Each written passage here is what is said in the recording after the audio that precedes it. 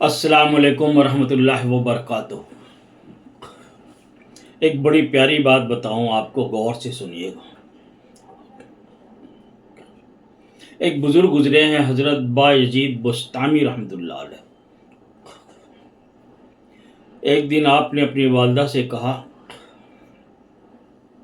अम्मी जान आप अपना हक मुझे माफ़ कर दो, मैं हक की तलाश में जा रहा हूँ। आपने कहा ठीक है बेटा। आप निकल गए जंगलों में 12 साल आपने गुजार दी हक की तलाश में।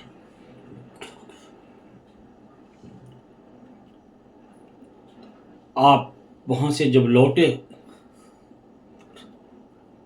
तो आपने अपने गांव के करीब से गुजरे तो आपने कहा कि अपनी माँ को मिलते चलो। फिर आप जब पहुंचे वहां तो रात का वक्त था। आपने कहा अभी माँ सो रही होगी। सारी जिंदगी तो मैंने कोई आराम नहीं दिया, अब क्या रात को तकलीफ दूं कि मेरे लिए उठे। आप दरवाजे से टेक लगाकर वहीं दरवाजे पे बैठे रहे।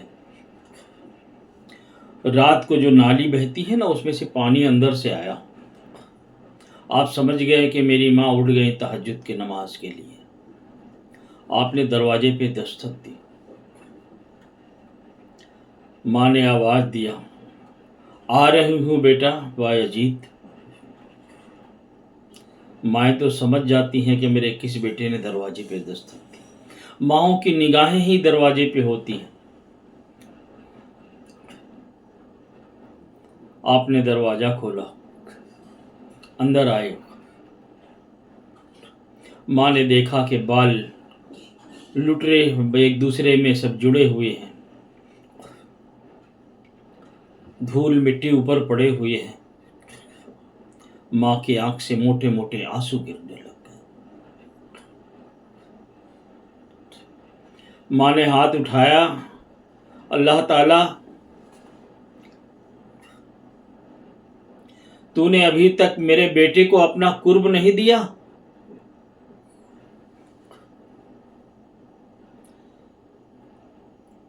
बायजीद बुस्तामी रहमतुल्लाह अलैह फरमाते हैं कि मेरे माँ के हाथ उठकर दुआ करते ही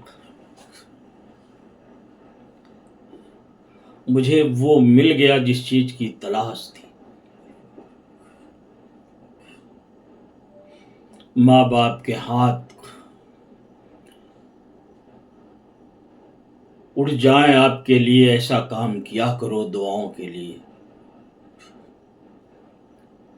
और सुनिए,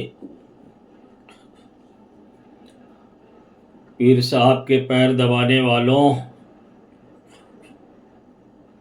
अपनी कमाई की रकम दे के आने वालों, अपनी पेंसिल के पैसे तक दे के आने वालों,